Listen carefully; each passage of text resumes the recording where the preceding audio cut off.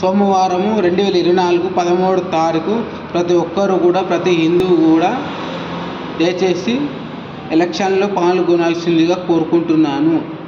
దయచేసి ప్రతి ఒక్కరు కూడా ఓటు వేయాల్సిందిగా కోరుకుంటున్నారు. దయచేసి చాలామంది ఓటు వేయట్లేదు, షికార్లకు సినిమాలకు వెళ్తున్నారు.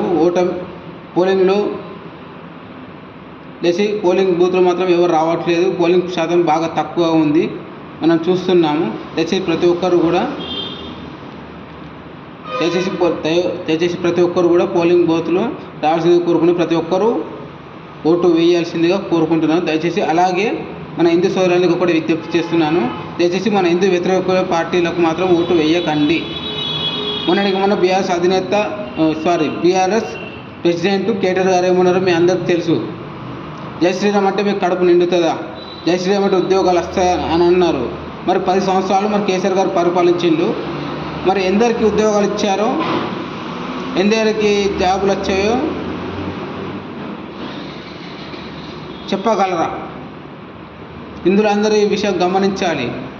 అలాగే మన అద్దంకి దయాకర్ కాంగ్రెస్ పార్టీకి సంబంధించిన నాయకుడు, మీరు రాముడి వంశీయుల సీతమ్మకు చిన్నమవుతుందా అని మనకు కించపరిచే విధంగా ఘోరంగా మనకు అవమానిస్తూ కొన్ని కామెంట్లు చేశారు. అని ప్రతి ఒక్క హిందువు గమనించాల్సిందిగా కోరుకుంటున్నాను. దయచేసి ఆలోచించండి హిందువులారా. మనకు ఉన్నది ఒకే దోషం, వేరే దేశాలు లేవు. మన హిందూ వ్యతిరేక పార్టీకి ఓట్లేసి మన హిందూ జాతిని, మన హిందూ మతాన్ని, మన దేశాన్ని దయచేసి నాశనం చేసుకోకండి. నేను ఒకటి రిక్వెస్ట్ చేస్తున్నాను. దయచేసి ఆలోచించి ఓటు వేయండి. మన హిందూ వ్యతిరేక పార్టీలకు మాత్రం ఓటు వేయకండి. మన మీద ఎన్ని కామెంట్లు చేస్తున్నారో, మన దేవుని ఎంత కించపరుస్తున్నారో మీరు చూస్తున్నారు. న్యూస్లో కానీ, పేపర్లో కానీ, సోషల్ మీడియాలో కానీ ఎన్నో చూస్తున్నారు, ఎన్నో వింటున్నాం మనం.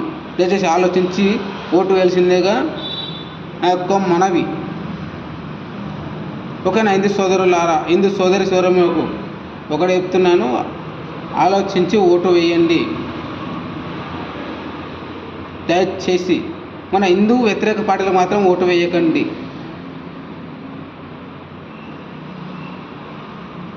ఓకే? జై శ్రీరామ్, జై హిందూ, జై భారత్.